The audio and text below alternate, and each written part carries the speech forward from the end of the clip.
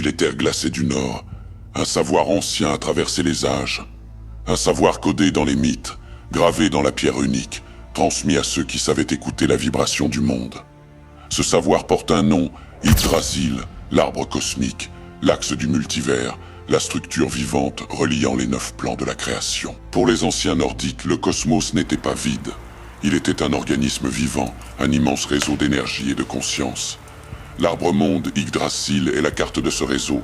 Ses racines plongent dans les mondes inférieurs, son tronc traverse les plans intermédiaires et ses branches atteignent les royaumes supérieurs. Mais ce que peu savent, c'est qu'Yggdrasil n'était pas qu'un symbole mythologique. C'était une description codée de la structure de l'univers, un modèle quantique, un champ énergétique reliant 9 réalités vibratoires. Dans les Eddas, les poèmes sacrés nordiques, il est dit que tout être, tout dieu, toute âme évolue dans un de ces 9 mondes. Mais ces mondes ne sont pas des planètes, ce sont des niveaux de fréquence, des plans de conscience, habités par des entités issues des étoiles.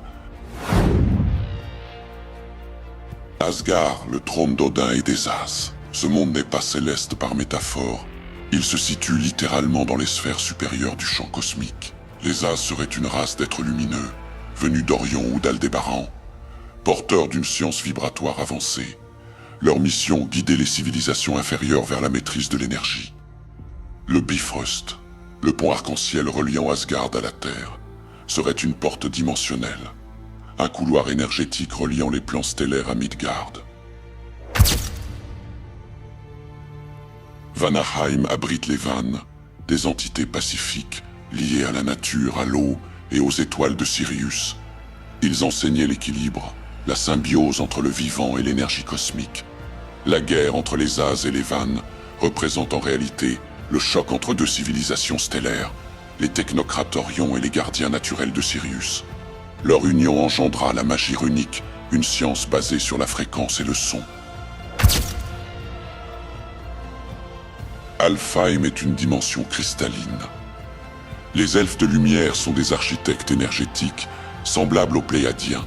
Ils œuvrent dans les plans éthériques de la Terre, guidant l'évolution spirituelle humaine depuis l'invisible. Leur temple, fait de sons et de géométrie, vibre encore sous les montagnes scandinaves, là où les portails dimensionnels demeurent actifs. Midgard, c'est la Terre, mais pour les anciens, elle n'était pas isolée.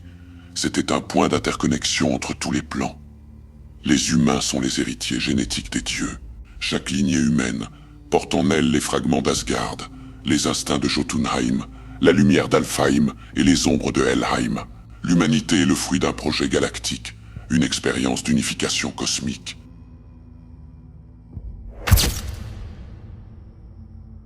Les Jotun, les géants, ne sont pas des monstres de chair, mais des titans de matière et d'énergie.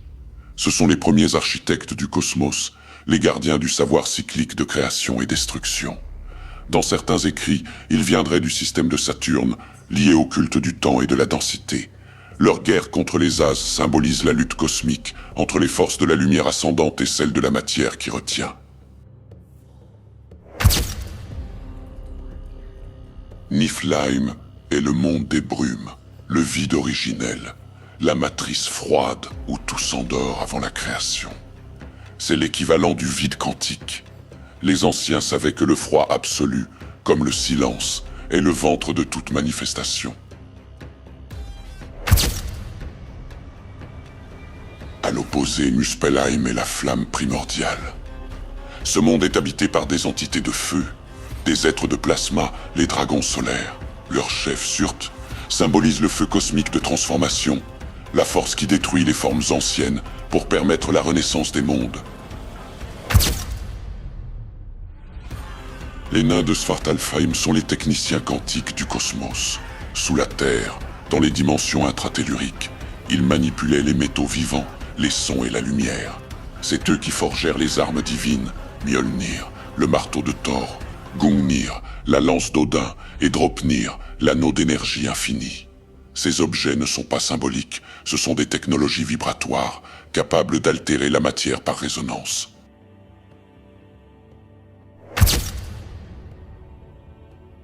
Helheim n'est pas un enfer. C'est une zone de transition vibratoire, un espace où les âmes se purifient avant de remonter dans la lumière. Elle, la gardienne, est la déesse de l'équilibre entre vie et mort. Les barques des morts décrites dans les sagas pourraient être des vaisseaux interdimensionnels, transportant les âmes vers d'autres plans. Les runes ne sont pas de simples lettres, ce sont des codes de fréquence, des formes d'ondes sacrées capables d'influencer la matière. Chaque rune correspond à une vibration, un portail énergétique, un son primordial. Odin, selon les légendes, aurait découvert les runes en se suspendant 9 jours et 9 nuits à Yggdrasil, transpercé par sa propre lance. En vérité, il aurait reçu une transmission énergétique, une connexion directe à la grille du multivers. Certains initiés pensent que les runes sont la trace terrestre d'un langage stellaire, utilisé par des civilisations avancées pour coder la réalité. Chaque rune ouvre un chemin de fréquence, une porte vers l'un des 9 mondes.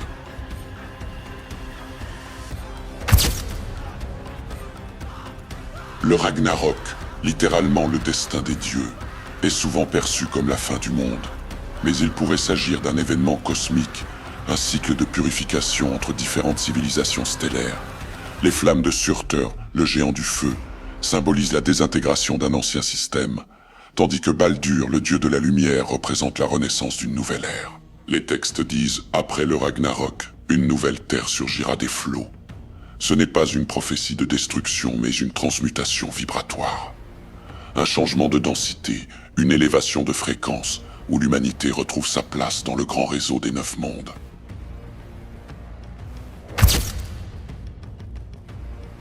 Dans les profondeurs de la mythologie nordique se cachent 3 êtres colossaux, 3 forces primordiales, Jormungandr, le serpent-monde, Fenrir, le loup du destin, Fafnir, le dragon de la convoitise.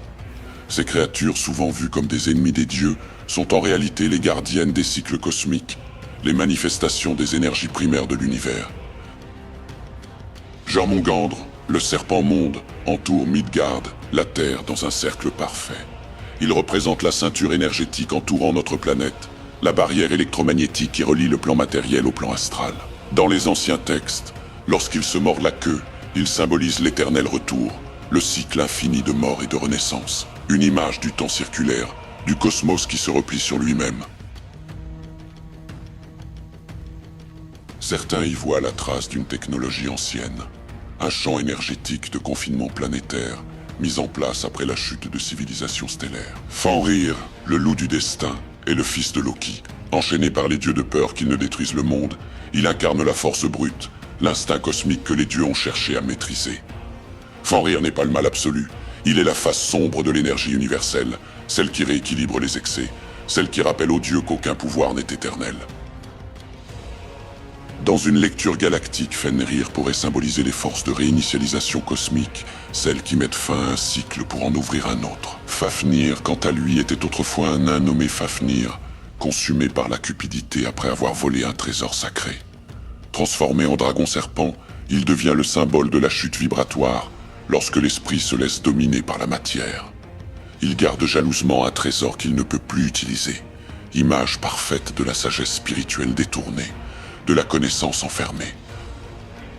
Dans une lecture ésotérique, Fafnir représente les civilisations anciennes, peut-être Atlantes, qui, en abusant de la technologie sacrée, se sont transformés en gardiens déchus, prisonniers de leur propre création. Ainsi, le serpent, le loup et le dragon ne sont pas seulement des monstres, ce sont les gardiens des portails dimensionnels, les protecteurs du savoir ancien, les équilibres de la création. Chacun d'eux incarne une force cosmique. Jormungandr, le cercle du temps et de l'énergie planétaire. Fenrir, le pouvoir du renouveau et la fin des cycles. Fafnir, la chute dans la matière et la rédemption à travers la sagesse. Lorsque le Ragnarok s'approche, ces 3 forces se réveillent, non pour détruire le monde, mais pour le purifier et ramener la Terre à son véritable alignement cosmique. Les anciens dieux nordiques ne racontaient pas seulement des histoires, ils laissaient des messages codés, des avertissements et des clés spirituelles pour les générations futures. Derrière les batailles et les exploits se cache une vérité beaucoup plus vaste, celle d'un enseignement cosmique transmis à travers les mythes. Le message premier, c'est « Souviens-toi de qui tu es ». Les sagas nous rappellent que les humains ne sont pas de simples mortels, mais des êtres de conscience capables de se relier aux 9 mondes, aux forces invisibles et à la sagesse des dieux. Odin, par exemple, n'est pas qu'un roi des As. Il représente l'esprit chercheur, celui qui se sacrifie pour accéder à la connaissance universelle. Ce message dit « La vérité ne se reçoit pas, elle se conquiert ». Les dieux nordiques savaient que tout est une question d'équilibre. Lumière et ténèbres, création et destruction, Dieu et géant. Chaque force existe pour maintenir le cycle cosmique. Fenrir, Jormungandr et Fafnir ne sont pas que des monstres. Ils symbolisent les forces primordiales qui, mal comprises, deviennent destructrices, mais qui, comprises et respectées, servent à rétablir l'ordre des mondes. Si la mythologie nordique fascine encore aujourd'hui, c'est parce qu'elle contient des fragments de mémoire ancienne. Des savoirs sur les énergies, les portails entre les mondes, les cycles planétaires, que les anciens connaissaient déjà. Peut-être qu'à travers ces récits, ils cherchaient à nous dire « Tout ce que vous cherchez dans le ciel, vous l'avez déjà en vous ». Le message des dieux n'est pas seulement spirituel, il est universel. Il parle d'évolution, de responsabilité et de reconnexion. L'humanité doit se souvenir qu'elle fait partie d'un réseau vivant. Yggdrasil, l'arbre-monde. Et que si un monde tombe, c'est tout le reste qui tremble. Les dieux nordiques ne sont peut-être pas partis. Peut-être qu'ils attendent simplement qu'on réactive la mémoire de leurs enseignements. Car dans chaque être humain dort une étincelle d'Asgard. Et un jour, quand la Terre sera prête, cette étincelle se rallumera. Et les anciens dieux marcheront à nouveau parmi nous. Merci à tous d'avoir regardé cette vidéo jusqu'au bout. Si t'es encore là, c'est que ce voyage à travers la mythologie nordique t'a parlé, t'a fait réfléchir, ou t'a simplement ouvert une nouvelle porte. N'hésite pas à laisser un like, à t'abonner et à activer la cloche pour ne rien rater des prochaines vidéos. Ça m'aide énormément à faire vivre tout ce travail de recherche, d'écriture et de montage. Ton soutien, tes commentaires, ton énergie, c'est vraiment ce qui me motive à continuer à plonger toujours plus loin dans les mystères de l'histoire, des dieux et des civilisations oubliées. Merci du fond du cœur pour la force que vous m'envoyez à chaque fois. Prenez soin de vous, restez curieux, restez connectés à la vérité, et on se retrouve très bientôt.